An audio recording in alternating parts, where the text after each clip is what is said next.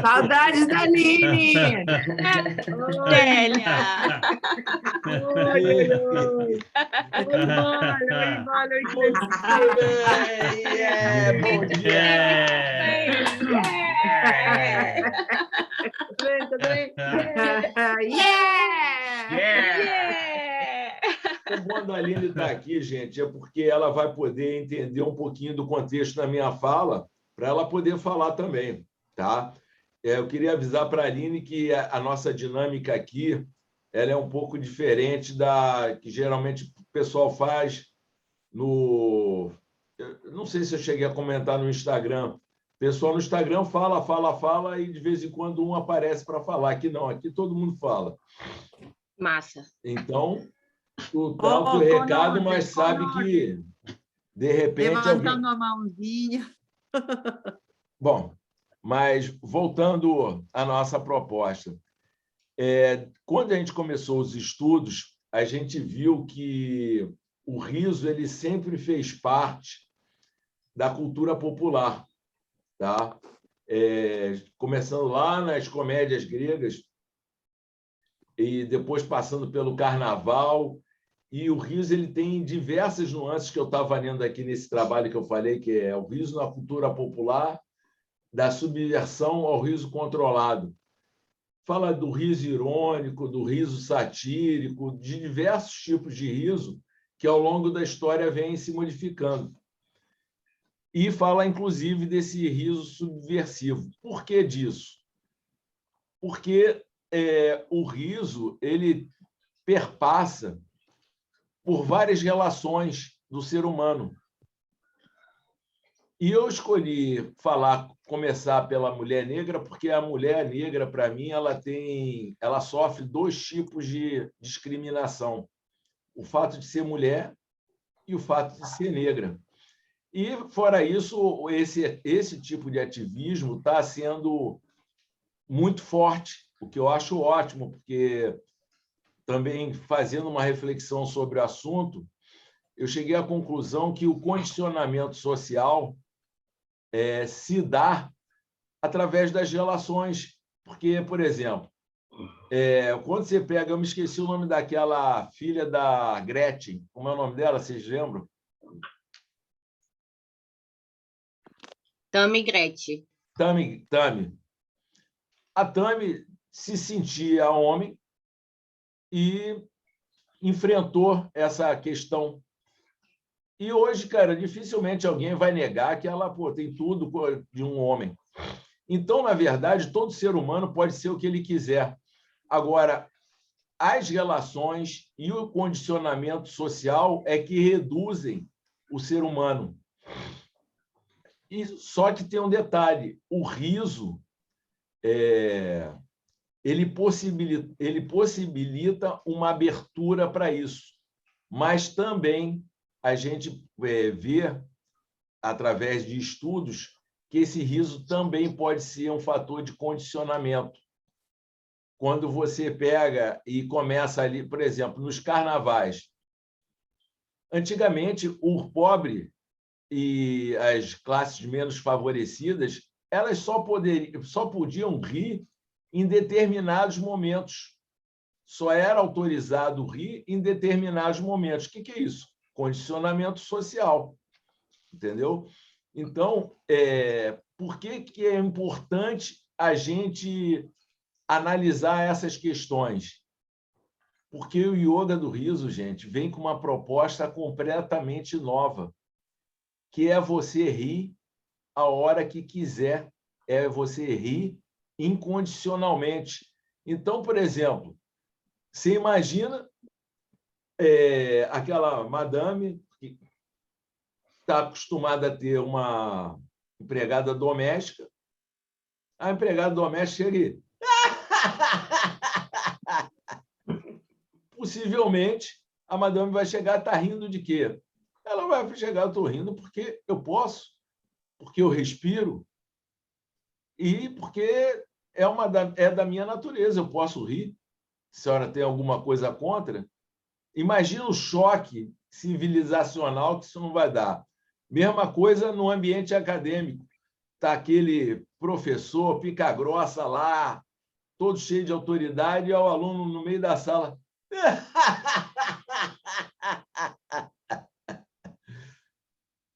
A proposta do yoga do riso é mais ou menos essa, gente. É você liberar teu riso, é você se libertar. Eu acho um tanto quanto caótico, mas a gente precisa aprender a lidar com o caos, entendeu?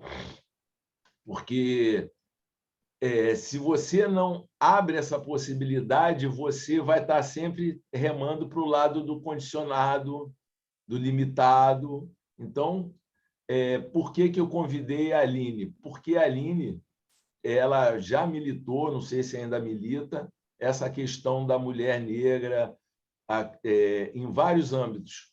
Agora, eu vou deixar ela falar, porque eu não quero... Ela se apresenta, ela fala, ela vê, ela diz como é que ela pode contribuir com o tema.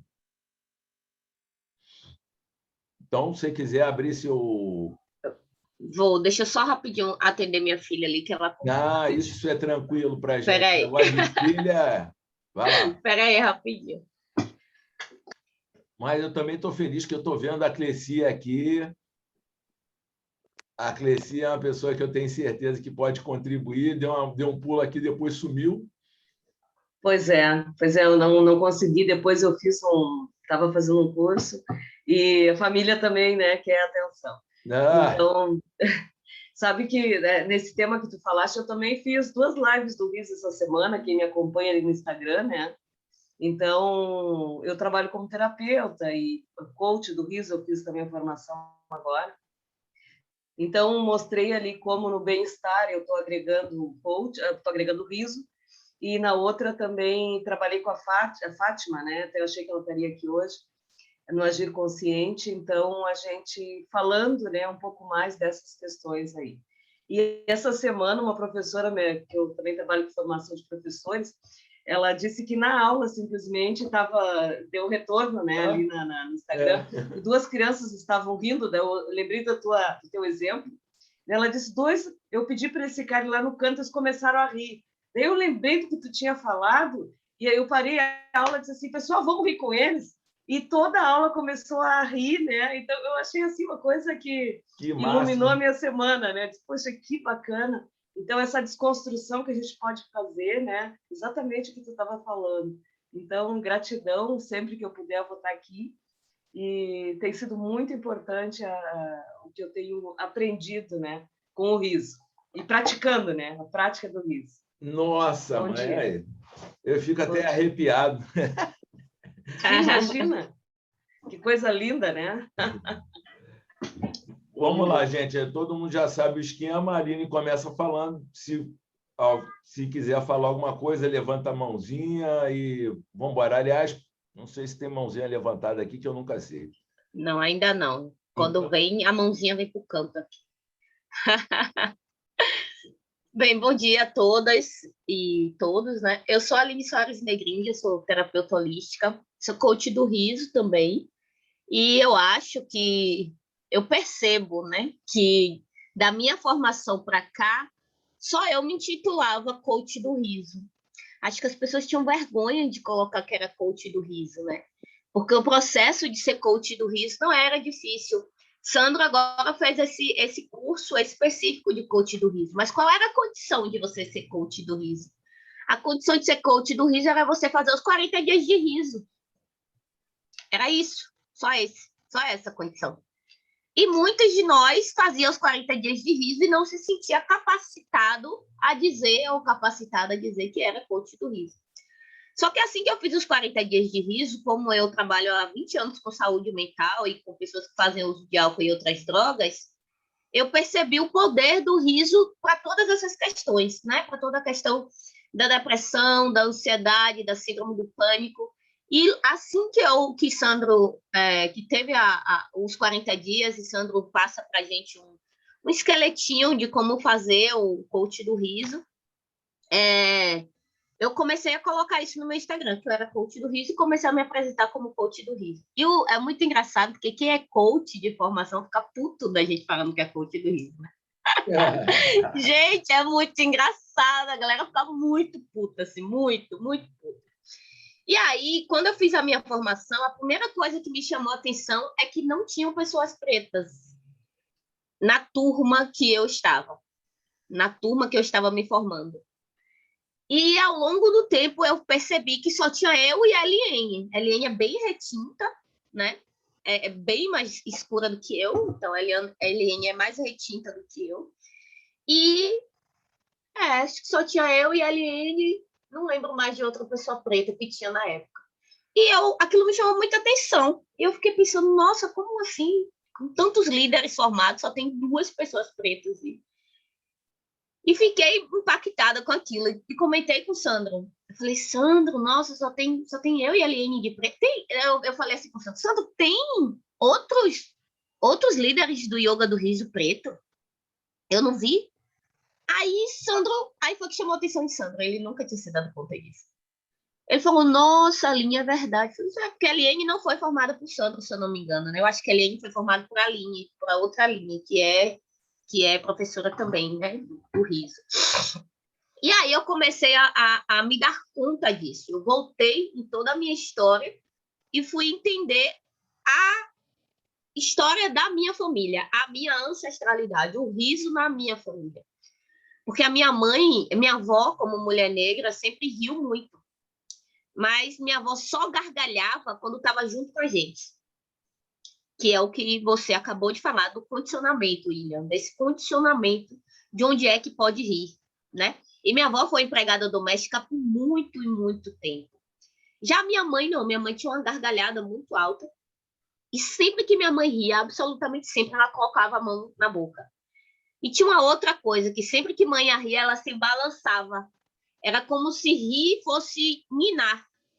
É como se fosse um tipo de balanço, né? Então, mãe ria e ela ia para frente e para trás, como se ela estivesse se dizendo inconscientemente alguma coisa. Era como se ela estivesse se autorizando a rir. Então, eu fui observando o riso das mulheres da minha família, porque a minha família, de parte de mãe, é real, assim, de mulheres negras, de pessoas pretas mesmo. E a minha família, de parte de pai, a minha avó paterna é indígena, né? É originária do povo daqui do Brasil, né? Somos os verdadeiros donos do Brasil, vamos dizer assim. E aí, quando você vai pensar no riso, e você vai voltar num contexto histórico, você vai entender esse processo do riso e da escravidão. Então, o William falou uma coisa interessante, que é a autorização da patroa, dar autorização ou não para a empregada rir. Mas vai para além disso, vai lá na época da escravidão. Porque em África, nós éramos reis e rainhas. E com toda certeza nós ríamos livremente, né? Os nossos ancestrais. E fomos arrancados de África e trazidos para cá. O que os livros vão contar para a gente é que uma tribo escravizava a outra e vendia e não sei o quê. E a gente cresce acreditando que nós somos nossos próprios inimigos, que nós, pessoas pretas, somos nossos próprios inimigos. Ao ponto, isso é tão enraizado na nossa mente, que para uma pessoa preta confiar em outra pessoa preta é muito difícil. Porque a gente está sempre no inconsciente de que o outro pode vender a gente. Isso está enraizado, literalmente enraizado em nós, pessoas pretas. E eu observo isso na forma que as pessoas se relacionam, observo isso no trabalho, quando tem 2 pessoas pretas no trabalho, como é que acontece, ou quando tem mais, né? As relações como se dão socialmente entre nós, pessoas pretas.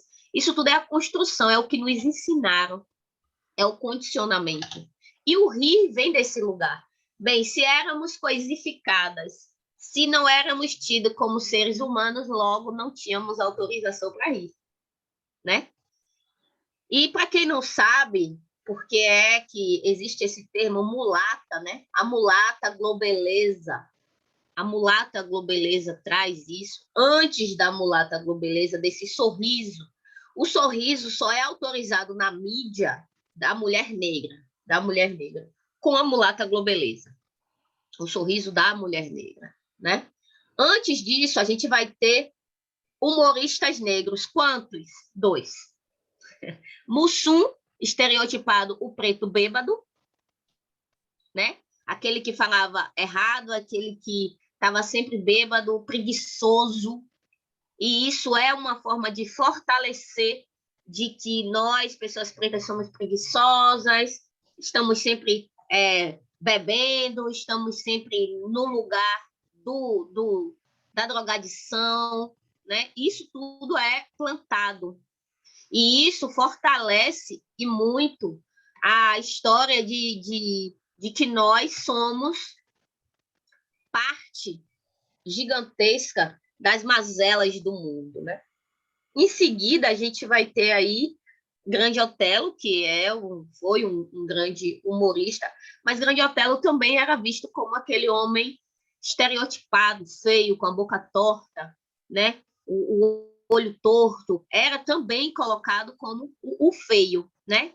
Que lá, com a boca feia, com... Então, são dois personagens, dois humoristas negros muito conhecidos, mas todos dois estereotipados.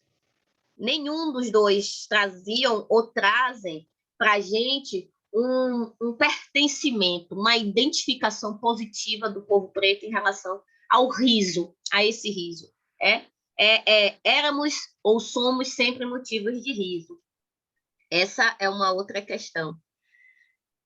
Tem uma outra coisa interessante quando a gente vai falar do riso da mulher negra, que é a nossa boca. O termo mulato, mulata, origina-se aí, se vocês usam esse termo, vocês já podem abolir do dicionário de vocês, né? O termo mulato surge porque os homens brancos, na época da escravidão, eles estupravam as mulheres negras e nasciam desses estupros crianças morenas, vamos dizer assim, né? Ou negras, um pouco menos retintas, com o cabelo liso, os olhos bem preto e o cabelo bem liso preto e a boca grande, né? O beiço carnudo. E aí eles comparavam e começavam a dizer que eram os filhos das mulas, né? Das mulas. As negras que os senhores de engenho estupravam, eles tinham as negras prediletas deles, eles chamavam de mula, né? Eles chegavam, montavam, faziam o que quisesse e saíam.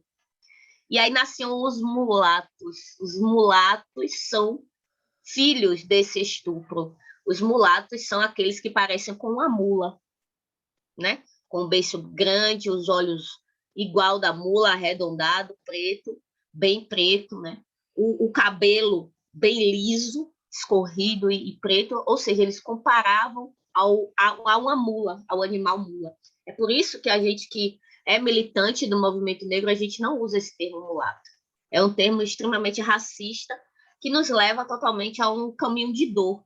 Então, sempre que você chamar uma pessoa como eu, que é militante do movimento, que é antirracista, não vou nem dizer que eu sou militante do movimento negro, porque eu não sou, eu já fui. Eu sou mesmo antirracista. Cada vez que você chamar alguém antirracista de mulato, você vai receber um sacode para você entender o que é o quê. Então, essa boca de mula foi passado para nós de geração em geração. Todas as pessoas pretas, eu não vou dizer, eu acho que de 92 para cá isso é menos. Eu sinto que a geração de 1990 para cá sofre menos disso, mas as pessoas de 80 para baixo, todo mundo tem complexo com a boca. Todo mundo, toda pessoa negra tem complexo com a boca, porque recebemos apelidos muito bizarros na escola, né? Beiço de mula, boca de jegue, nossa, tanta coisa, cara de macaco, boca de macaco. E tudo isso faz a gente achar que a nossa boca é muito feia. O meu pai é branco, a minha mãe negra. A minha mãe tinha um lábio bem fino mesmo. E a minha mãe, ela dizia que minha boca era muito grande. Então, se você pegar as minhas fotos até 15 anos, todas as fotos eu tô assim, ó. Olha a diferença. Todas as fotos eu tô assim. Porque minha mãe dizia que eu tinha que engolir a minha boca.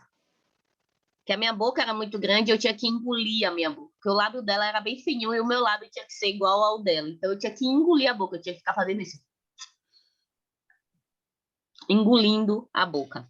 E isso é uma dor muito grande. Então, eu achava meu riso feio, eu não ria, eu não sabia rir, eu tinha dificuldade de rir. Até que eu fui para uma instituição em Salvador chamada CRIA, que é o Centro de Referência Integral de Adolescentes.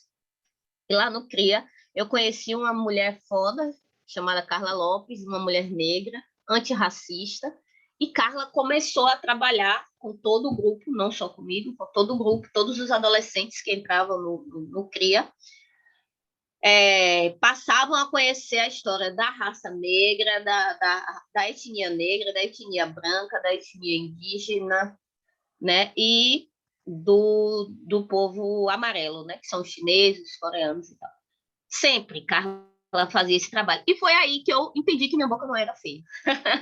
E só a partir daí eu recebi a autorização de rir, porque é uma autorização que a gente recebe de rir, né? Quando Carla veio e desconstrói, não, sua boca não é feia, seu cabelo não é feio, porque eu tinha complexo com o meu cabelo, eu alisava o cabelo, eu não soltava o cabelo, por vários quadros de racismo que eu sofri na infância, na escola, tudo isso fica enraizado dentro da gente, né? E os cortes, e são cortes, literalmente, né? As mulheres negras, elas, quando eram castigadas no engenho, nas casas grandes, era colocado um tipo de amordaça na boca, né? Para elas não rirem. Se vocês pegarem aí a história da escrava Anastácia, Anastácia era linda, Anastácia era muito linda. E o dono da fazenda se apaixonou por Anastácia, loucamente. E ele não queria mais a mulher dele. Então, a mulher dele mandou colocar uma amordaça, uma focinheira em Anastácia, para que ela não pudesse rir, porque, segundo ela, o riso dela, de Anastácia, era o que encantava o dono da fazenda, o esposo da Sinhá. E aí, nós trazemos isso em nosso DNA ancestral. Quem trabalha com energia vai entender bastante isso, né? A gente tem um DNA ancestral, o nosso espírito traz marcas de outras vidas para quem acredita em reencarnação. Eu sou reencarnacionista. E por muito tempo eu não era autorizada a rir. E sempre que eu ria era com a mão na boca.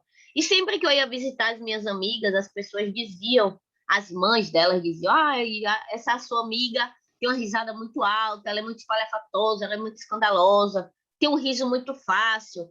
Essa menina não vai conseguir chegar em lugar nenhum, porque ela ri demais, tudo ela acha graça. Mas porque a minha família é uma família que sempre riu muito. A minha mãe, mesmo com todas essas nuances que eu falei para vocês, ela sempre riu muito e a gente aprendeu o riso solto. A gente aprendeu o riso solto. E a minha risada é uma risada solta. O meu riso é um riso solto, porque eu aprendi isso desde criança na minha casa. Na minha casa, a gente ensaiava a rir alto. E a minha casa era uma coisa tão fantástica que, assim, todo mundo da minha família, se ficasse depressivo, se ficasse muito triste, ia lá para casa em Salvador. A galera toda da minha família, que a gente é de Entre Rios, na Bahia, a galera, se ficasse triste, se terminasse um casamento, se terminasse um relacionamento, ia lá para casa. Ficava uma semana lá em casa, saía de lá curado. Era o hospital do riso, né? Então, a gente ria o dia todo lá em casa. Porque você imagina, uma casa pequena, com 2 quartos, sala, cozinha, banheiro, com 8 pessoas dentro. 6 crianças e 2 adultos, né? Meu pai e minha mãe. Então, assim, era muito apertado. Às vezes, a gente tinha que fazer tudo correndo, porque o outro tinha que entrar no banheiro. A gente tinha que comer rápido, porque tinha que abrir vaga na mesa para o outro almoçar. Então, tinham várias nuances que a gente fazia dessa escassez, dessa pobreza, riso. A gente começava a achar engraçado tudo isso.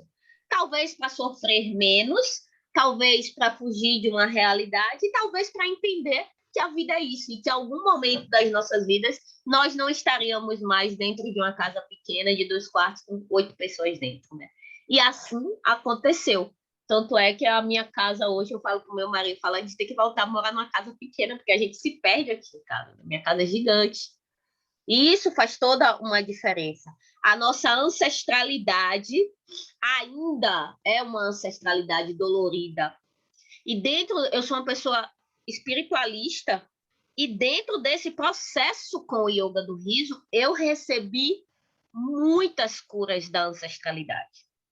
E eu consegui curar e libertar muitos ancestrais meus. Muitos, muitos, muitos.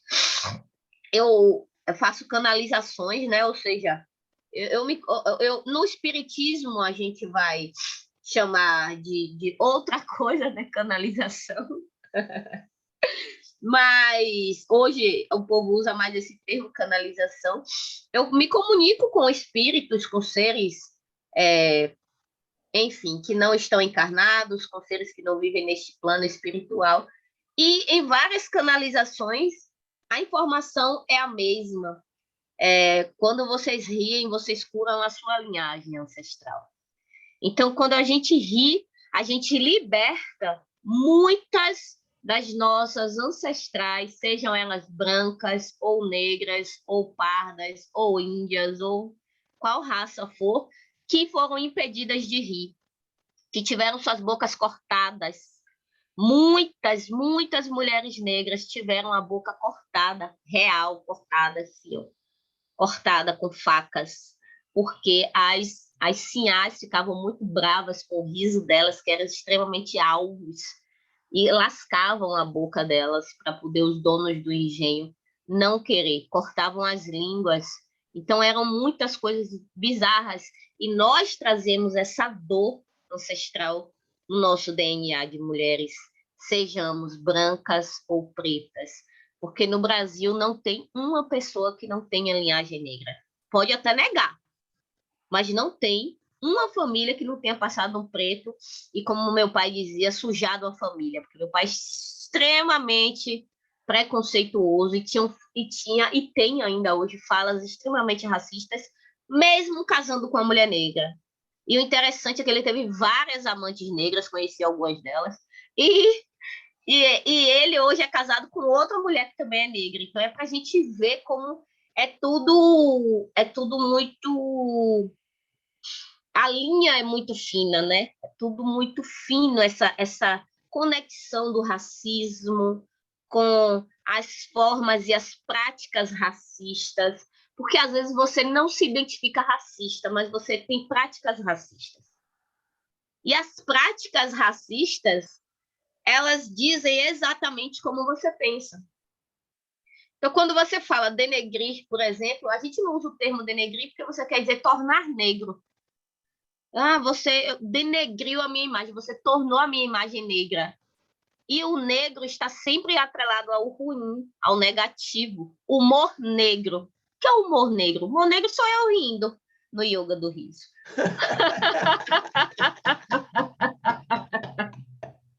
Não é? O humor negro sou eu rindo no yoga do riso. LN rindo no yoga do riso. São outras líderes e outros líderes. Agora chegou o Feinho, chegou outros líderes. Mestre Geu. Hoje a gente tem outros líderes negros, ou outros líderes do yoga do riso negros. Então, a gente precisa entender que tem um corte em nossas bocas. Tem um corte profundo em nossos lábios. As nossas gengivas são saltadas para fora. Isso é genealogia do povo negro. Isso vem a origem do povo banto, de povos de África que são assim, que têm essa característica. E aí, quando você vai estudar, por exemplo, o Lombroso, que Lombroso é quem traz para a polícia, né? Quem traz para as autoridades qual é a identidade, qual é o homem negro, quem é o ladrão, quem é o suspeito. E o suspeito que Lombroso vai falar é pessoas com traços negroides. Ele não fala negro, mas ele fala todos os traços que, quando você vê a descrição de Lombroso, você identifica que é uma pessoa preta. É por isso que até hoje a polícia tem essa mesma abordagem com pessoas negras extremamente bizarras, né? E para vocês terem uma ideia do que é o riso para nós, pessoas negras, que não somos autorizadas a rir, que somos ainda hoje colocadas como o nosso riso é feio, que a nossa boca é grande, que a gente não pode rir, que o nosso riso, que o nosso lábio, a nossa boca, que a gente parece macaco. Essas comparações todas nos impedem de rir. Nos impede muito de rir. Para você ter uma ideia, a nossa autoestima, que acaba sendo muito baixa, né? Ou seja, baixa autoestima, eu prefiro chamar baixa estima, porque baixa autoestima eu acho extremamente contraditório. Para mim é baixa estima. A nossa baixa estima é tão gigantesca que por muito tempo, se eu visse alguém rindo na rua, eu achava que a pessoa estava rindo de mim. E eu tive que desconstruir isso ao longo da minha vida. E isso é muito foda. Você imagina você tá andando na rua, tem duas pessoas rindo e conversando, e você na paranoia achar que a pessoa tá rindo de você. Né? Você entrar na viagem que alguém tá rindo de você. Nossa, tá rindo de mim, tá rindo de mim. E aí muita gente fala, você tem risada de bruxa, risada de gralha, né? Esses tipos de comentários tira da gente ainda mais a vontade de rir. Desautoriza o nosso riso ainda mais. Então, a gente precisa começar a perceber, quando eu comecei a ser coach do riso, que eu comecei a atender particularmente cada pessoa, eu fui entendendo o que é essa autorização do riso que você falou, sabe? Essa autorização, esse condicionamento social de onde pode rir e onde pode não rir. Eu passei 20 anos no candomblé e eu saí, quando eu me dei conta real, eu saí da casa do terreiro que eu frequentava há muitos anos, depois que eu me formei líder do yoga do riso. Porque eu sempre ria muito, e a mãe de santo, se eu risse, ela perguntava, tá rindo de quê? Aqui é para ser um lugar sério. No mosteiro, todo mundo fica sério. Na igreja católica, ninguém fica na missa rindo. Porque dentro da religião do candomblé tem que ser assim. E eu me percebi cada vez rindo mais. Eu tinha medo de rir dentro do terreiro. Eu tinha medo de rir. Então, eu comecei a perceber que eu estava perdendo a minha essência. Ao mesmo tempo que eu estava buscando o sagrado, eu estava afastando de mim o que é de mais sagrado para mim, que é o riso. Então, nessas canalizações que eu comecei falando sobre as canalizações, nas canalizações que eu recebi e que eu recebo ainda, vários seres energéticos, vou falar assim, tem gente que vai chamar ser de luz, tem gente que vai dizer que é ET, tem gente que vai dizer que é anjo, sei lá, todo mundo aí que eu não sei, não gosto de ficar classificando, mas as boas energias sempre falam a mesma coisa. Quando vocês riem, acendem luzes em você. Eita. Quando vocês riem, a gente vê de onde a gente está uma luz acendendo no planeta Terra. Agora você imagine uma sessão de yoga do riso, que aqui não acontece. São vários pontos de luzes acesas. E o riso tem esse poder de acender luzes dentro da gente. Muitas luzes dentro da gente. Né? Então, que a gente entenda.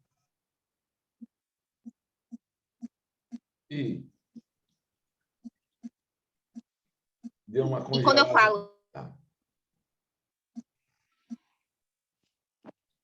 Voltou, gente? Voltou. Parou e entenda. Pronto, entenda que a gente precisamos real, estimular pessoas negras a rir. Eu só me dei conta disso muito forte quando eu comecei a fazer um trabalho numa ocupação aqui em Aracaju. Eu fui 2 vezes fazer sessão de yoga do riso numa ocupação. Né? Numa ocupação, a maioria das pessoas são negras. E a dificuldade daquelas pessoas rirem era, assim, surreal mesmo. Depois eu fui fazer yoga do riso com mães de adolescentes em conflito com a lei, em sistema de... Eu vou falar no termo adulto, tá? Não vou falar do termo certo. E adolescentes presos, né? Que é sem liberdade, né? E, gente, as mães, a maioria não, todas as mães que ali estavam eram negras. E elas tinham muita dificuldade de rir. Sabe que as mulheres, aquelas mães que, além de todo o sofrimento e vergonha, porque seus filhos estavam ali, estavam presos, apreendidos, vamos dizer assim, no termo técnico real, privados de liberdade, era surreal a dor daquelas mulheres e o quanto elas não estavam autorizadas a rir. Ao ponto de eu dizer assim, vamos, vocês estão autorizadas a rir, hein? Eu usei esse termo, vocês estão autorizadas a rir. Vocês não precisam ter medo. E elas começavam a rir depois que eu autorizava, sabe? E aquilo foi muito assustador para mim, porque a gente não se dá conta dessas autorizações. A gente não se dá conta, né? A gente não percebe que a gente faz isso. Então, rir enquanto mulher negra, não sei se vocês perceberam que eu fiquei passando batom aqui, né? Passar batom, usar um batom vermelho para nós mulheres negras é um grande desafio, porque a gente aprende que mulher negra não pode usar batom vermelho. Só quem pode usar batom vermelho é mulher branca. A gente aprende isso, gente, para vocês terem uma ideia, porque quem é branco ou quem não é negro não tem ideia desses tipos de autorização que a gente aprende na infância. A gente aprende essas coisas na infância. Que a gente não usa vermelho, a gente não usa a cor vermelha, a gente não usa a cor roxa, e a gente não usa a cor amarela. Pode observar quantas pessoas negras, quando vocês verem pessoas negras vestidas de vermelho, de roxo ou de amarelo, saibam que essas pessoas já estão num patamar elevado de libertação e de autorização, porque a gente aprende que preto não usa vermelho, porque preto que usa vermelho é o diabo, e ninguém quer ser o diabo. Então, você imagina uma mulher preta usando vermelho, de batom vermelho e gargalhando. É uma Padilha. É uma pombagira. É seríssimo isso, gente. Eu só me dei conta disso um dia que eu estava rindo alto e eu estava dessa característica que eu estou falando a vocês. Eu estava rindo com a roupa vermelha que eu tenho, um batom vermelho, meu cabelo estava bem black e alguém olhou para mim e falou, nossa, você tá parecendo um... Você tá parecendo um... E a pessoa não falava o que era. Eu falei, eu tô parecendo o quê? Ela ficou me olhando assim, ela disse, uma Padilha. Olha a identificação que ela fez. É muito interessante, sabe o que é? Eu vou te cortar um pouco, porque você já falou tanta coisa, Aline. E, cara, isso aí não foi uma aula, isso foi uma sessão de terapia, isso foi uma curativa, porque quando você descreveu uma mulher negra usando vermelho, eu não consegui imaginar algo mais sensual. E como o sexo é uma coisa também discriminada, eu associei rapidamente uma coisa... É insuportável, talvez, para uma mulher branca racista admitir que uma mulher negra de vermelho fique mais sensual do que ela. Agora, outras coisas me chamaram muita atenção. Uma coisa que eu acho que a gente precisa ter cuidado é que o riso, a gente fala muito, exalta muito as qualidades do riso, só que a gente não sabe rir. Da mesma forma que a gente não sabe amar, a gente também não sabe rir. As nossas relações são aprendidas e a gente não treina. Então, por exemplo, o riso. O riso, cara, a gente já viu isso. O riso pode ser altamente danoso quando você faz um bullying. E é o riso que tem preponderado. Entendeu? Então, quando você me falou do riso da sua família, eu achei o máximo. Você sabe por quê? Porque o riso da sua família não era rindo de ninguém, era rindo vocês com vocês. Vocês estavam num estado de alegria. Era uma coisa...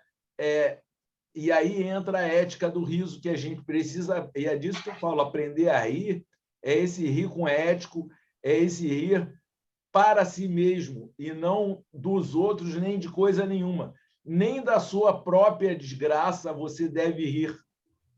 Você não tem que rir da sua desgraça. Você tem que rir com a possibilidade de se livrar daquilo, porque aquilo vai passar.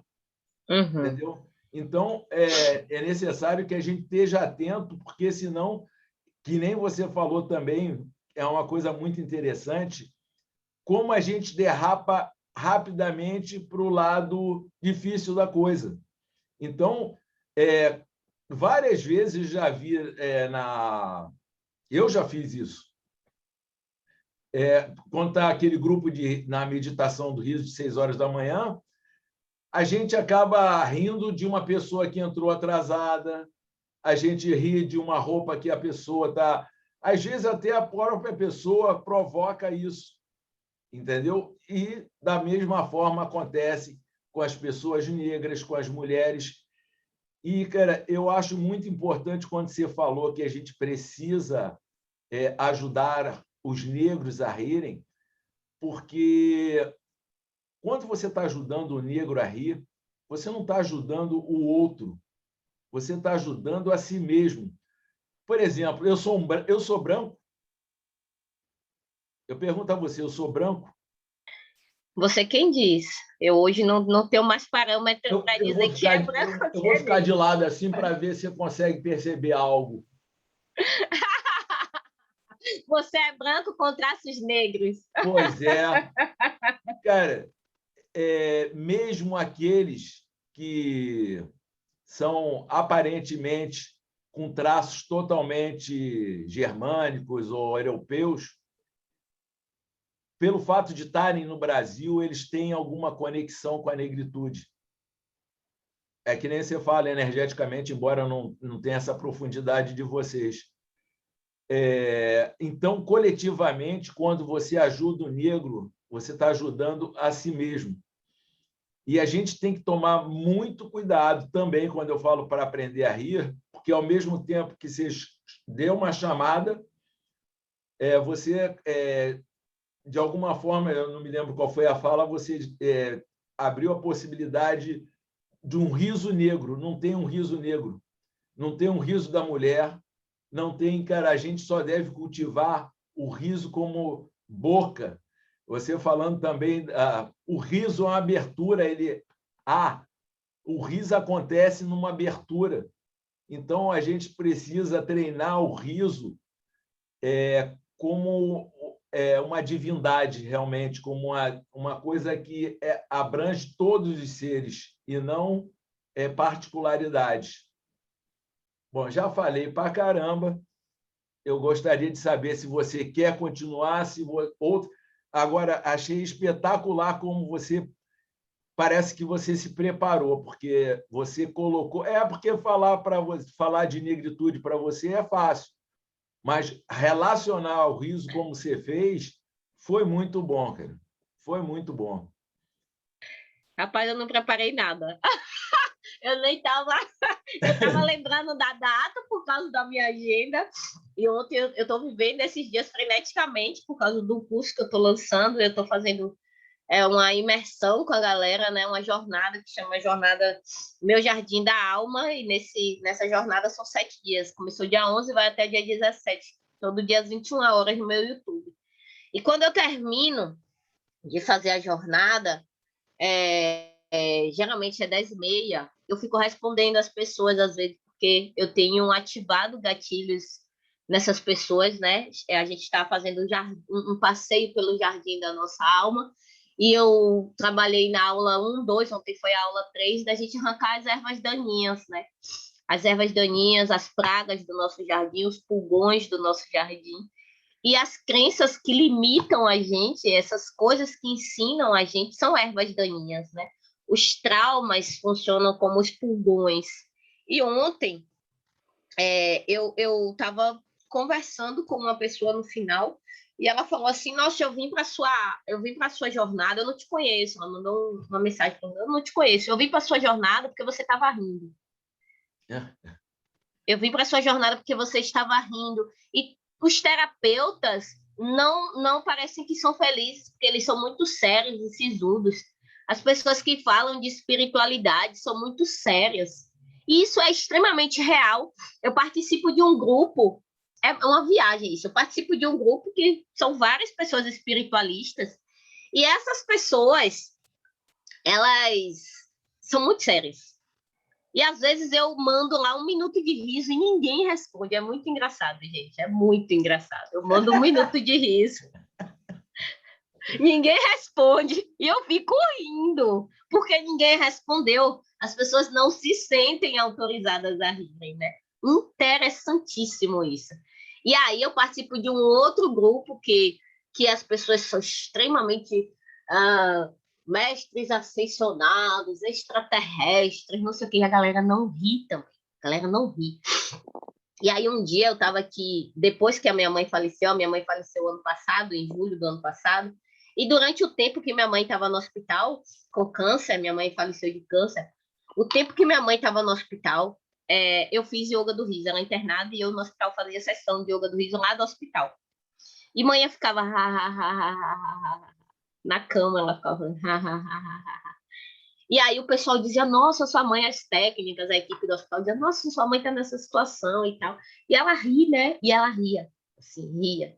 Mas, ai, Halen, eu não posso parar de rir, porque já pensou? Eu vou chegar lá no outro plano, toda séria, o que é que o povo vai achar de mim lá? Cara, que benção essa família, hein? Manhã tinha essa viagem, né? E assim, teve um dia, que esse dia para mim foi o marco dos 21 dias que manhã passou internada, que a técnica de enfermagem chegou no quarto e falou, você quer o quê?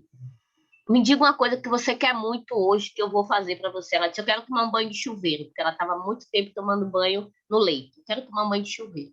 A menina disse, você aguenta andar? Ela disse, não, mas se vocês me ajudarem, eu vou. Aí a criatura foi, trouxe uma cadeira de roda e a gente colocou manhã na cadeira.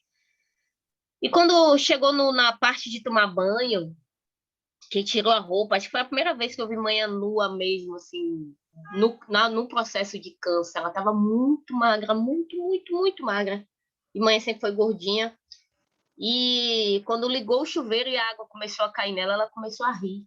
Ela gargalhava, era uma alegria tão grande, vocês não têm ideia. Ela ria, e ela passava assim a mão no cabelo, que o cabelo estava nascendo de novo, mas não estava caindo e tal. Ela passava a mão assim, o cabelo caía, ela fazia assim, o cabelo voava nas paredes. Assim, e ela não estava, nada daquilo ela estava vendo. Ela só estava rindo. E ela agradecia e dizia gratidão, meu Deus, gratidão por essa água caindo em mim, gratidão por ter pessoas aqui me atendendo, gratidão por minha família estar toda comigo, gratidão por essa oportunidade de crescimento. Se eu morrer hoje eu estou feliz. E ela gargalhava e ela ria. E a gente começou a chorar todo mundo. As técnicas, a gente ria e chorava ao mesmo tempo. Então, o riso, ele traz isso. Ele traz essa conexão da gente rir e da gente chorar ao mesmo tempo. Inclusive, durante todo o meu processo de luto, eu chorava e ria, chorava e ria, chorava e ria. E foi numa sessão de yoga do riso que eu me dei conta que eu estava de luto da minha avó, porque a minha avó faleceu 1 ano antes de manhã. E eu não tinha vivido o luto da minha avó. E teve uma sessão de yoga do riso, teve um desafio. Eu fiz uns 6 desafios de yoga do riso. E um desses desafios era 40 dias de riso silencioso. E eu falo pra caralho. Né? Eu falo pra caralho. Você imagina eu passar 40 dias rindo em silêncio. Eu gargalho. A risada pra mim é alta. Eu sei que tem gente que ri baixo e não tô falando nada disso. Eu tô falando de mim mesma. Eu, Aline, acho estranho rir silenciosamente. Eu passei 40 dias rindo silenciosamente. Você sentava, esse era o desafio que o Sandro colocava, você sentava e ficava na sua mente. E aí um dia eu comecei a fazer esse processo no silêncio. Eu acho que eu estava no 4º ou 5º dia do desafio. E aí veio a minha avó e veio todas as lembranças e eu comecei a chorar. E foi aí que eu me dei conta que eu não vivi o processo de luta da minha avó. Então o riso em minha vida tem sido esse lugar de cura, esse lugar de autorização desse condicionamento social que eu recebi e que todos nós, negros e negras, recebemos, que a gente não pode rir, que a gente só pode rir se a patroa autorizar. Gente, eu era expulsa da sala de aula quase toda semana, porque eu gargalhava na sala de aula. Eu criança, eu lembro disso, eu adolescente, sabe? E as professoras ficavam putas da vida comigo. Eu via uma coisa e eu começava a rir do nada. E a minha família tem essa característica. A gente tá fazendo alguma coisa, daqui a pouco a gente lembra de alguma besteira que alguém falou, e a gente começa a rir, e a pessoa fica olhando assim, tipo, gente, é louca, tá ligado? É doida, essa porra é doida. Porque a gente cai na risada. E eu tenho muito isso. Então, hoje, nesse processo do luto, o riso me trouxe essa aproximação com a minha avó, sabe? Essa aproximação com a minha mãe energeticamente. Então, às vezes eu tô aqui fazendo as coisas e eu começo a rir lembrando de alguma coisa que a mulher falou. O jeito dela engraçado, né? Tudo, se a gente estava sentindo dor, se a gente batesse o pé, o dedinho do pé na cama, a gente, ai, que porra! Eu ficava injuriada. A mulher olhava para mim assim e dizia, minha filha, agradeça a Deus por você ter um pé para bater seu dedinho. Você já pensou em quanta gente nasceu sem pé? Quanta gente não anda? Você já pensou em quantas pessoas teve que amputar o pé?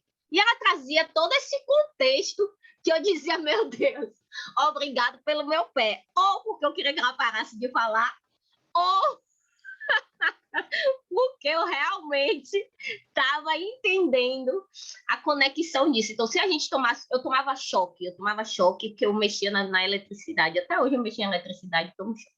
Mas eu tomava um choque que eu voava longe, era choque gigantesco de energia elétrica mesmo, né? Eu ia apontar e tomava um choque. E um dia eu tomei um choque desse, que eu voei longe, o impacto foi muito grande. E eu vim chorando, mãe, o que é? Mãe toda compenetrada, assim, o que foi, Haline? Ela me chamava de Haline. Não, Alininha, o que foi, Alininha? Ai, tomei um choque, não sei o que, eu aqui pro meu coração. Ela botou a mão toda calma, botou a mão assim no meu coração. Minha filha, agradeça a Deus, né? Porque quer dizer que seu coração tá muito bom. Ele respondeu muito bem.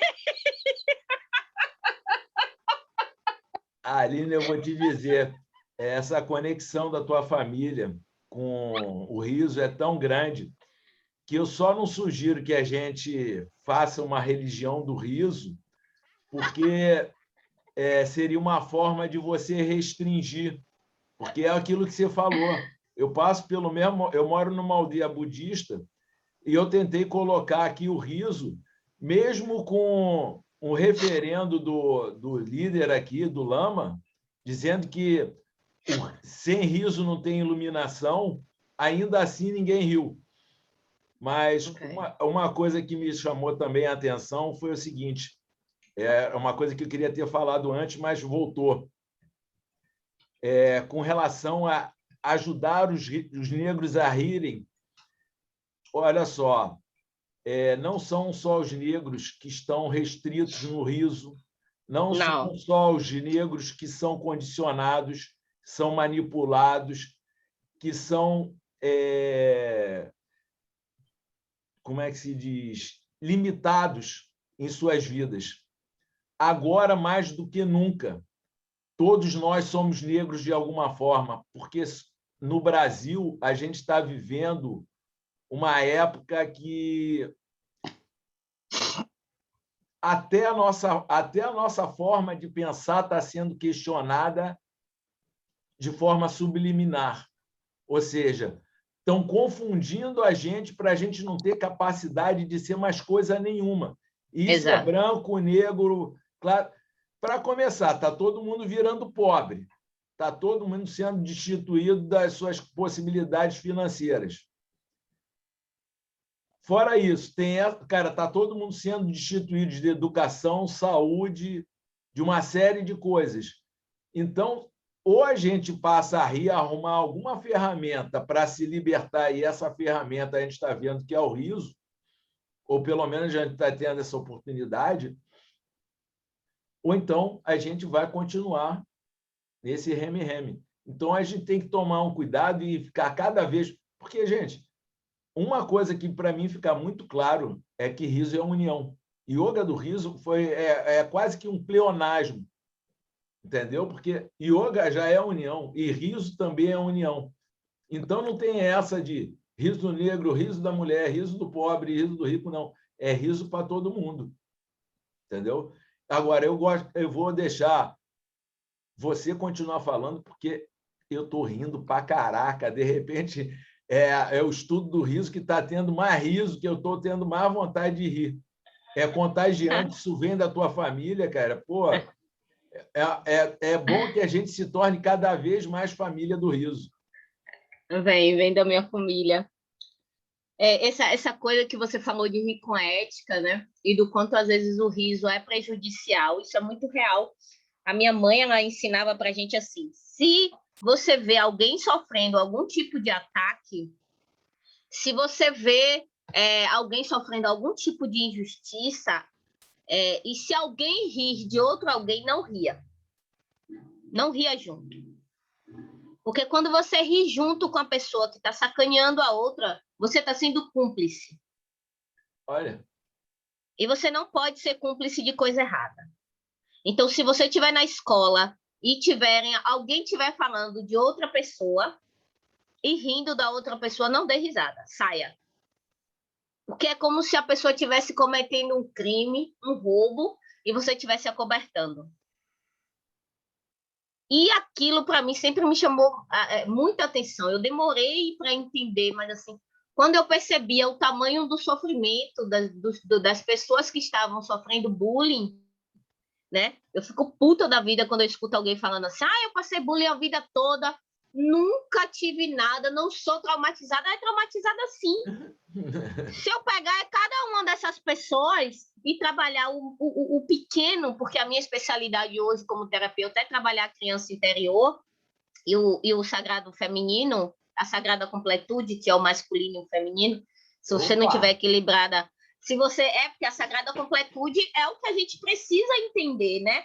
Essa coisa do sagrado feminino, você exalta demais a energia feminina e fica um bocado de mulher lerda, um bocado de mulher abestalhada, sem ação, um bocado de mulher sem conseguir dizer não, um monte de mulher sem conseguir ter vontade, procrastinando. Por quê? Porque ela está com a energia masculina dela não trabalhada. Ela está com a energia dela masculina destituída de poder.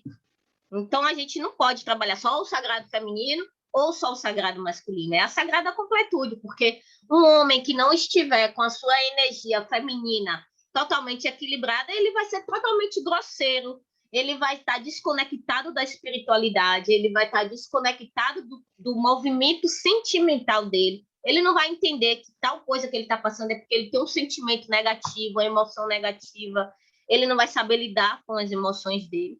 Então, é bem, bem importante que quando a gente fale disso, do sagrado masculino e do sagrado feminino, a gente entra na sagrada completude. E todas as vezes que eu estou trabalhando sagrada completude, que eu entro nessa parte da energia masculina, por exemplo, a minha missão nessa encarnação é trabalhar a energia feminina, porque a minha energia masculina é muito acentuada. Eu sempre fui muito da ação. Então, hoje eu preciso trazer do Orum para o Aie, ou seja, do céu para a terra, né? Em Yorubá a gente fala o céu é Orum, O-R-U-M, porque meu R não sai direito, eu tenho que ficar soletrando.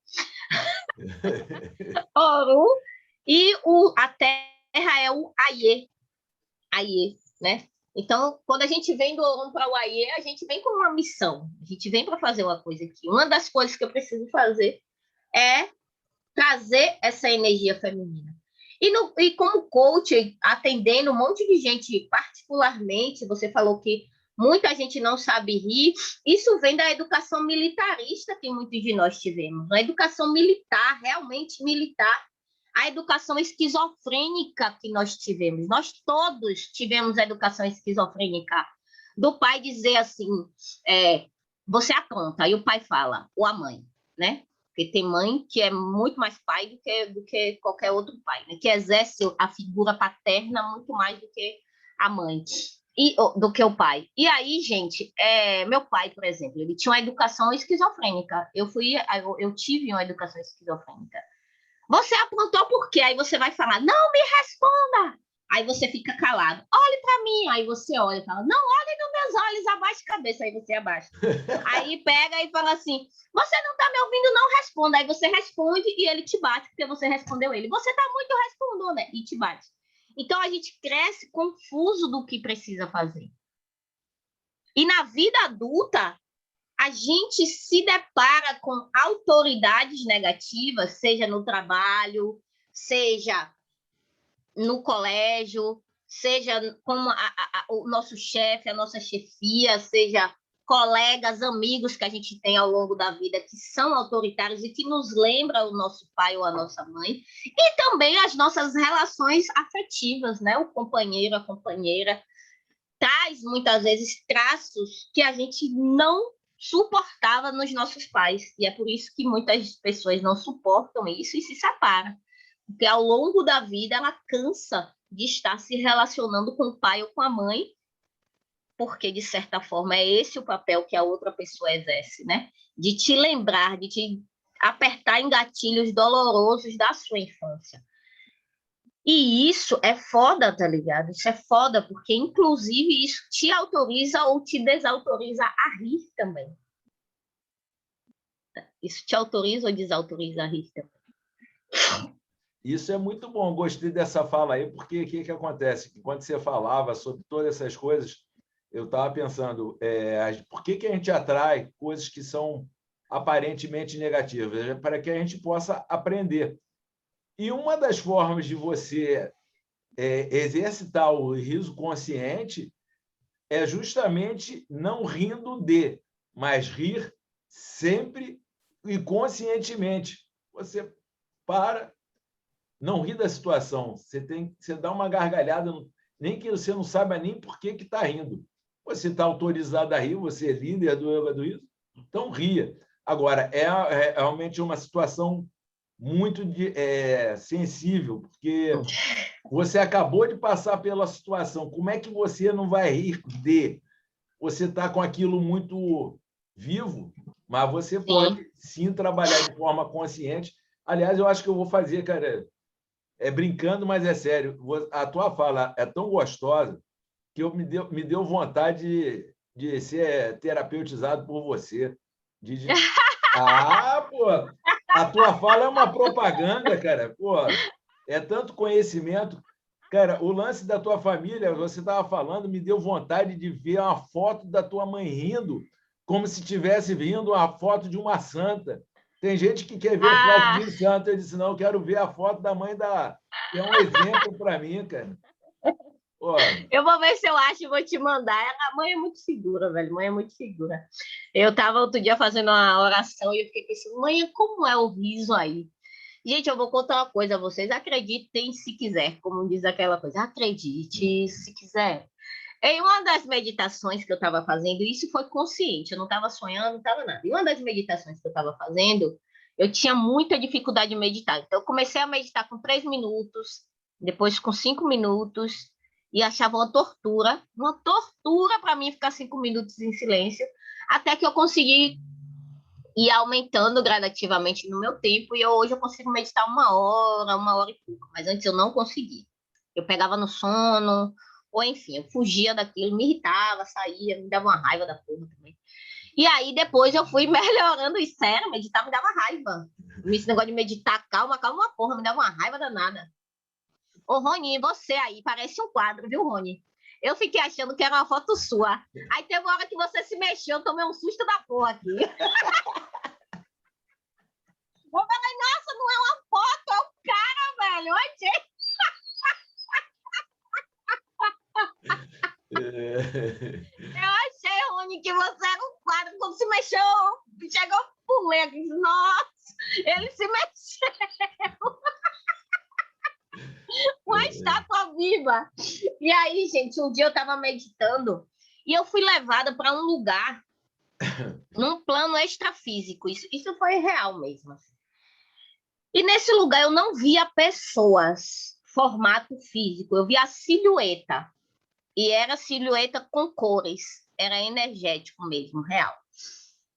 E aí eu fiquei olhando assim, aí o pessoal falou assim, ó, a gente trouxe você aqui porque aqui no planeta que a gente vive, eles não falaram qual era o planeta, aqui nesse planeta que a gente vive, a gente ficou tão focado com tecnologias, com o avanço, com acabar com a pobreza, com acabar com a miséria, e a gente conseguiu. Nosso planeta hoje vive em uma dimensão, ele falou a dimensão, não lembro se era 6ª dimensão, 7ª dimensão, onde aqui no nosso planeta não tem pobreza, não tem tristeza, não tem nenhum desses sentimentos que vocês têm na Terra, mas em compensação a gente não sabe rir mais. A gente... Essa foi simbólica, hein, cara? Isso foi... Espera aí. Isso foi foda. Só, aconteceu uma coisa, foi tão forte a coisa que quando você falou a gente não consegue rir mais, congelou. A gente não consegue rir mais. E a gente trouxe você aqui para você ensinar a gente a rir. E aí eu comecei a fazer uma sessão de yoga do riso lá, né? De verdade, como a gente faz uma sessão aqui. No astral eu estava fazendo a sessão. E eles se esforçavam tanto para rir que eles ficavam assim, eu via, gente, é muito, muito, muito viagem.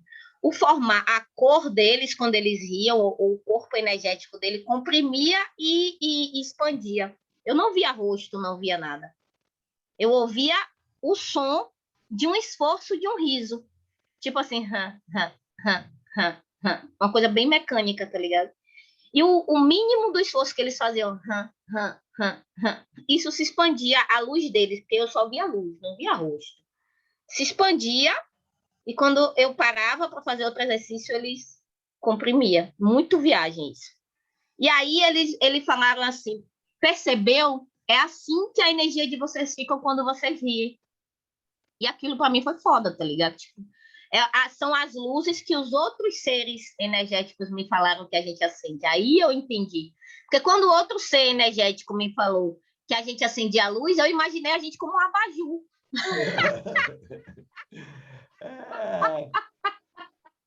Tu vai ser pastora do riso, hein, cara? Não vai ter jeito, não. Aí a gente voltou, eu voltei, aí eu fiz a sessão toda, eles agradeceram, me chamaram para ir lá outras vezes. Depois eu fui outra vez em uma colônia espiritual real de seres encarnados, seres desencarnados daqui da Terra.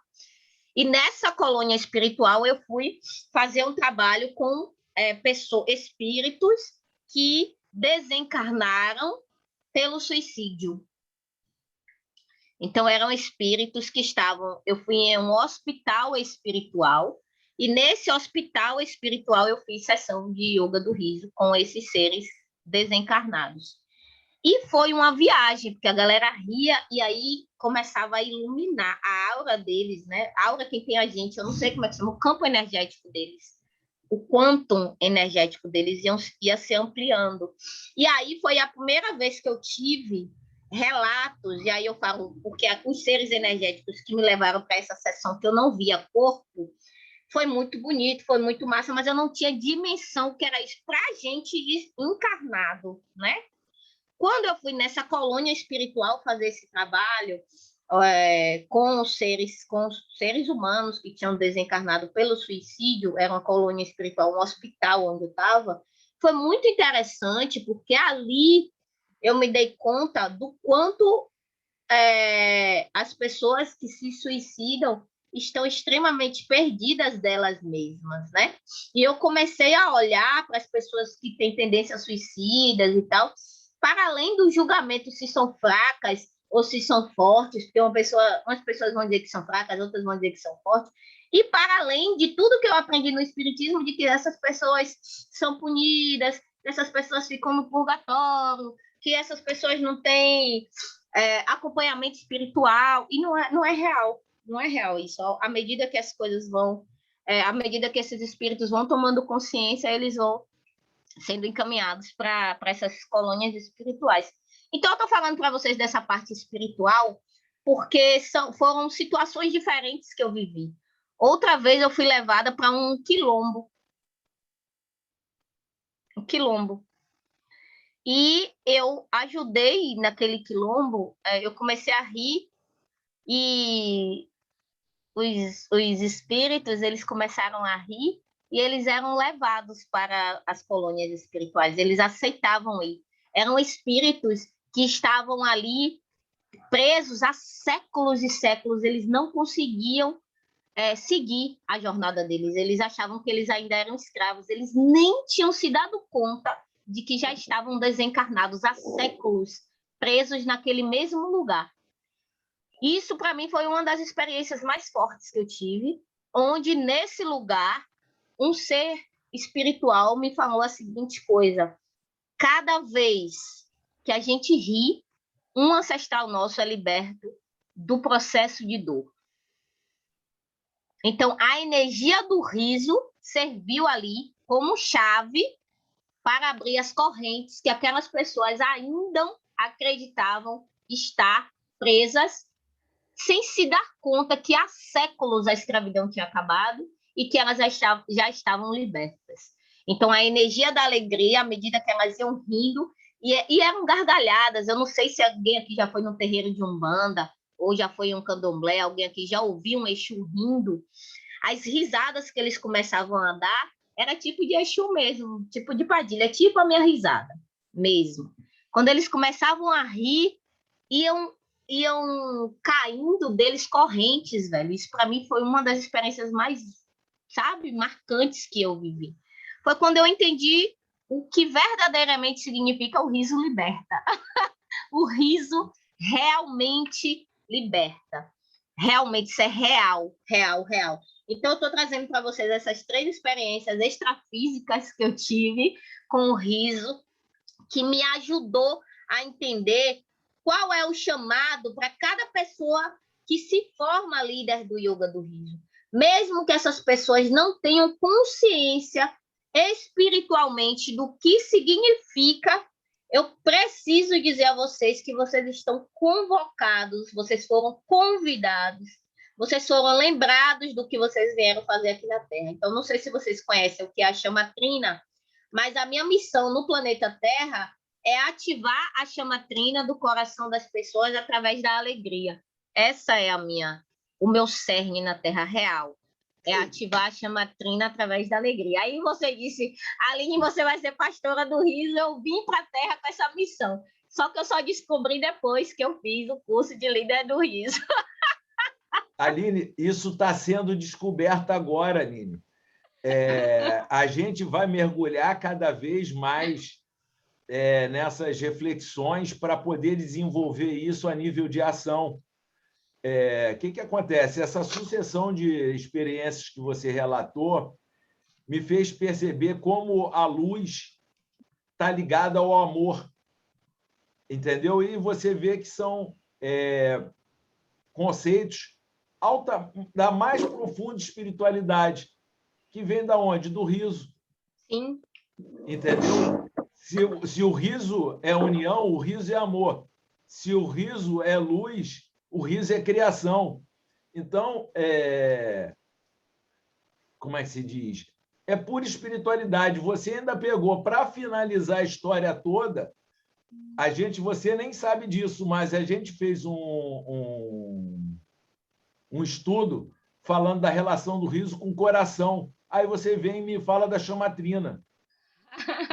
Então, vocês veem como é que as conexões, como é que o universo de possibilidades da gente estudar, da gente rir muito, em nenhum momento eu desqualifico a prática. Eu só acho que desqualificar a análise, o estudo, a reflexão é besteira, não que tem... Cara, a Aline acabou de mostrar para a gente que o estudo não precisa ser sério. A gente pode rir com ela.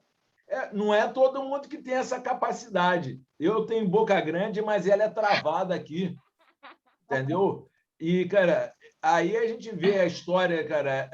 Eu estou com 61. Quando eu nasci, 59, ditadura comendo solta aí. Entendeu? Cara, hoje em dia eu vejo quanto eu fui manipulado. Por que eu gosto de música americana, cara? Por que eu gosto de consumir? Por que eu gosto de um montão de coisa que não me interessa?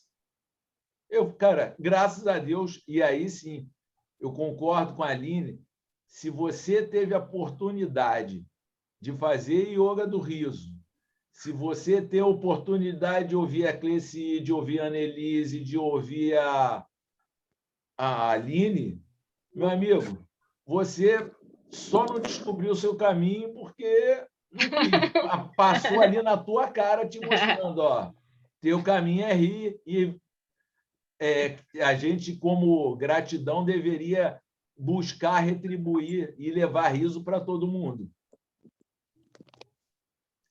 Eu deixo aberto, cara. Está muito interessante, porque eu deixo aberto e ninguém fala. Eu já encerrei aqui para mim. Todo mundo quer ouvir você, Aline. Mas falar o quê, criatura? A Aline deixa a gente... Ai, o queixo não consegue mais falar nada. Ai, que maravilha, guria. Eu adoro demais ouvir a Aline falar, sempre, sempre. É delicioso. Eu ia te perguntar quando é que tu vai lançar teu livro, guria. Isso aí, tudo que tu fala, tinha que estar no livro, tá? Certo? Compromisso aí, anota aí, tá? Eu quero ser a primeira a comprar. Lulis e Cleci depois. Gratidão. Lulis, vai falar? Oi, sim. Você está autorizada. Que bom! Nossa, assim, eu vi a Aline no Instagram, mas nunca tinha ouvido ela falar. Realmente, gratidão, Aline, por compartilhar tanta energia maravilhosa. O que eu queria compartilhar é que tudo que ela estava falando aí, me veio tanta coisa. Eu também sou espiritualista, espírita, acredito na reencarnação. Teve momentos que ela estava falando, eu falei, mas as pessoas não se abrem para entender que cada hora a gente vive de uma forma nesse corpo, quando está aqui, né, na Terra. Então, assim, mas isso é cada um no seu despertar. Mas o que eu queria dizer é que quando eu me formei pelo Yoga do Riso, no dia da formação eu falei, assim, até muito emocionada, que eu me sentia muito grata, porque ali eu estava recebendo autorização para rir, que é uma coisa que eu sempre fiz. E, assim, ali eu falei que eu me senti abduzida por essa família do riso. E é assim mesmo. Esse riso, seja independente de quem está rindo, essa alegria, ela é algo sagrado. Riso, sorriso, alegria, é sagrado. Claro que tem momentos que elas estão de uma forma assim mais comedida, porque às vezes a gente está rindo com vontade de chorar, ou a gente está chorando e tem que rir, ou busca rir para poder ficar mais harmonizado. Mas é assim, é dizer que realmente eu tenho isso desde quando eu me formei. A alegria, o riso, é sagrado, é divino, e a gente tem que levar isso para todas as pessoas, seja de forma mais sessão, seja de forma mais sutil, é deixar essa energia reverberar. E aí cada um vai captar o que tiver aberto a captar. É isso. Gratidão, gratidão, gratidão. Aline, você é linda. Todos vocês são lindos e risonhos e maravilhosos. Gratidão. Cleci.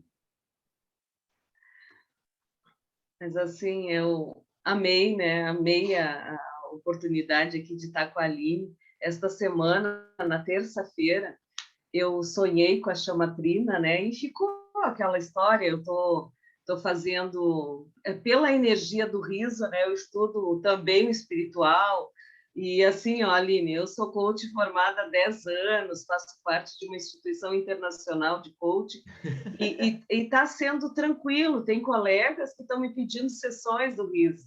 Então, eu acho que tem coisas aí que eu estou conseguindo quebrar. Mas a coisa que eu queria te dizer é que na sistêmica, né, eu sou uma educadora sistêmica e eu tenho me deparado com situações. Então, tu trouxe a leitura que eu estava percebendo ainda com o meu corpo, o quanto eu estou desbloqueando coisas da minha história, que foi uma história complexa também, como todas as nossas histórias, né? Então, eu estou desbloqueando através do riso. E essa semana, para mim, foi marcante fazer essas lives, porque eu botei a cara para bater falando do riso, né? Eu não tinha feito isso ainda. Então, assim, é muito legal, porque tu traz uma representação que a minha família também, então tem indígenas, né? Tem negros, e muito próximos, e essa coisa assim de... Antes da pandemia, nós trabalhávamos com turismo, e eu tive a oportunidade de conhecer, então, Minas Gerais e outros lugares, onde a gente sente essa necessidade de desbloquear alguns lugares, e tu trouxe isso com muita clareza, né? Então, eu estou muito feliz de te conhecer, já curti lá no teu Instagram, né? E espero, assim, que a gente possa se encontrar mais vezes, porque eu entendi a chamatrina no meu sonho esta semana, né? Porque eu ia te conhecer. Então, assim, tudo que tu falou, que os colegas falaram, né? estão dentro, então não preciso repetir, mas eu estou assim inundada de alegria, né, de te conhecer. Eu estou com vontade de chorar de tanta emoção de te conhecer, né? Então, assim, é aquela coisa das pessoas sagradas que vão chegando na nossa vida, né? Então, o Riso tem sido realmente essa família, que coisa mais linda lembrar da tua casa como o Hospital do Riso, né? Então, eu fiquei lembrando também como não fui criada por pai e mãe, aonde nós fomos criados, era um lugar que tinha muita gente. E era um lugar também, assim, pequeno, e a gente ria muito. E as pessoas diziam assim, vocês são os abobados. E o meu pai, quando vinha nos visitar, me chamava de Pandorga. E essa semana eu falei disso, né, nessa live, dizendo que eu nunca tinha me dado conta que Pandorga era uma coisa boa, né? Então, quando a Pandorga é alçada a voo, né? Então, eu estava sempre voando, e isso, para mim, hoje é uma coisa boa. Então, eu fico muito feliz, né, de estar nessa família. O William sempre acolhe com carinho, né? E eu quero estar mais aqui, dentro do possível, porque às vezes eu atendo no sábado também, mas eu realmente recebi o meu presente da semana hoje, conhecendo a Aline, né? Retomando aqui com vocês. E todas as bênçãos aí. Tá? Um grande fim de semana aí para todos. Gratidão por estar. Rony, só aproveitando o gancho que a Cleci falou sobre choro novamente, e eu estava lembrando o seguinte, o cérebro, isso já aqui no nosso estudo, o local do cérebro aonde o riso acontece é do ladinho do lugar onde o choro também acontece. Então, são duas coisas assim que estão par e passo. E uma coisa que eu também analisei muito, que eu achei bem interessante, foi o seguinte, lá nos primórdios lá do riso, a comédia veio junto com a tragédia. E o que era mais interessante, a tragédia era muito cultuada pela elite e a comédia pelo povo. Então, na verdade, é como se a elite tivesse uma necessidade de ter conexão com alegria, com o riso solto, com as coisas do mundo menos sério. Aliás, ao contrário, a elite tinha necessidade de ver a tragédia humana, porque eles só viviam a bem-aventurança. Então, eles precisavam ter contato com a tragédia.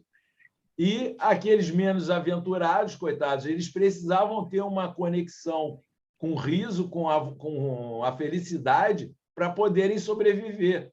Então, você percebe como é que essa coisa do riso e do choro levam à completude. É só para ressaltar isso. Vamos lá, Rony. Gostei demais, Rony. Tanto que pensou que eu era um quadro, porque eu estava concentrado aqui no que você falava. Olha, chega a ser emocionante. Eu adorei. Aprendi muita coisa hoje. Sensacional, só tenho a dizer isso. Como você fez, eu cheguei a fazer também psicoterapia reencarnacionista e regressão durante um ano, depois eu desisti. Mas é muito, muito show. Vamos, parabéns. E é um exemplo. Tá? Beijão. Então, vamos aproveitar a fala do Rony para fazer nosso fechamento, que daqui a pouco eu tenho que fechar mesmo. E vamos fazer o riso da gratidão. Agradecendo a nossa amiga Aline. Deixa só para finalizar, eu disse que já tinha finalizado, mas você falou uma coisa muito importante a nível energético, para quem acredita em energia, né? A nível energético, existem seres, né? Seres energéticos negativos que se alimentam da energia da dor e do sofrimento, tá? É uma egrégora, vamos dizer assim, um grupo de seres que eles se alimentam de energias negativas. Então, não é à toa que a humanidade está sempre vivenciando situações de extrema dor, como essa que a gente está passando nesse momento no planeta Terra todo, que é essa pandemia. Isso faz parte de um projeto de alimentação energética de seres energéticos negativos que se alimentam da tristeza, da dor, desse sofrimento. Então, existem na humanidade, as raças, quando foram criadas e pensadas, elas foram criadas com raios energéticos. Então, a raça branca, ela foi criada com o raio branco e o raio rosa. O raio branco e o raio amarelo, desculpa, o raio branco e o raio amarelo. A raça amarela foi criada com o raio rosa, do amor incondicional. E a raça preta, ela foi criada com o raio, foi criada para exercer o raio roxo, violeta, que é da transmutação, e o azul da fé e da ação. Então, todos esses raios juntos é a humanidade. Só que os seres começaram a acreditar que cada raio desse tinha mais poder do que o outro, e aí iniciou-se toda essa bênção, para não falar outra coisa, toda essa desgraça que a gente vive, e toda essa questão de supremacia, de determinadas pessoas, determinados seres energéticos acreditarem que são mais iluminados ou mais poderosos do que outros, como a gente vive até hoje na espiritualidade, pessoas que acreditam que elas são mais elevadas que as outras. Eu faço isso, eu sou mais elevada. Eu sou mais séria, eu sou mais elevada. Eu medito por mais tempo, eu sou mais elevada. Essas maluquices aí que a galera alimenta, porque isso tudo, para mim, não é coisa de Deus, como diz a história, né? Então, a comédia ser do povo não é à toa. A energia que o povo precisou movimentar para sobreviver foi energia de raios, de todos esses raios juntos, para que formasse em torno deles um campo energético de proteção, para que eles não fossem tragados verdadeiramente por essa energia negativa que alimenta seres que até hoje dominam a humanidade. Então, eu falo muito eu recebi isso em canalização, e é o que eu trabalho muito, que é a escravização energética. O povo negro nós ainda estamos escravizados energeticamente, porque existe um projeto que é um projeto de exterminação da raça negra, extermínio da raça negra, mas não é porque as pessoas são pretas, mas pelo poder que as pessoas negras têm com o raio roxo e com o raio azul. E se essas pessoas juntas acordarem, despertarem, e se essas pessoas juntas, negras, com raio roxo, com raio azul, se juntar com toda a humanidade, com todos os raios, a gente consegue expulsar, exterminar essa gangue desgramada que vive no nosso planeta e que suga as nossas energias. Então, existe um projeto de massificação, de exploração energética de todos os raios, mas mais especificamente do povo do raio azul e do raio violeta, que é a população negra. E é por isso que, na humanidade toda, nós sofremos todas as calamidades e sofremos escravidão e todas essas bizarrices que acontecem com nós, pessoas negras, que é para que a gente fique presa na dor e esses seres negativos se alimentem da energia que a gente tem capacidade de gerar.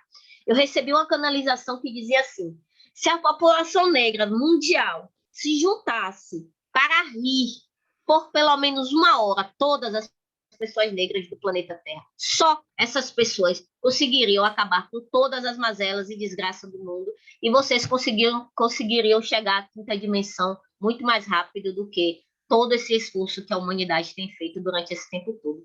E quando eu recebi essa informação, eu fiquei paralisada, porque essa informação chegou junto com um projeto que eu recebi chamado Espiritualidade Livre para Pessoas Pretas. E todas as vezes que eu falo desse projeto de espiritualidade livre para as pessoas pretas, algumas pessoas me perguntam, pessoas brancas não podem participar? Pode, pessoas brancas podem participar, mas esse projeto é especificamente para que as pessoas negras tomem posse da sua energia para ajudar a humanidade a sair desse processo de escravidão energética que todos nós vivemos. Então, o processo da comédia ser do povo e da tragédia ser da elite vai para além dessa coisa que a gente conhece do que é a tragédia e do que é a elite. Energeticamente, estamos falando de um projeto mesmo de roubo de energia, né, que vem dessa questão da dor e do sofrimento que alimenta egrégoras negativas e que alimenta aí uma gangue gigantesca de seres negativos. É isso que eu queria falar. Então, vamos rir para os negros, para todos os raios. Para todos. Vamos fazer um arco-íris. Vamos fazer um arco-íris.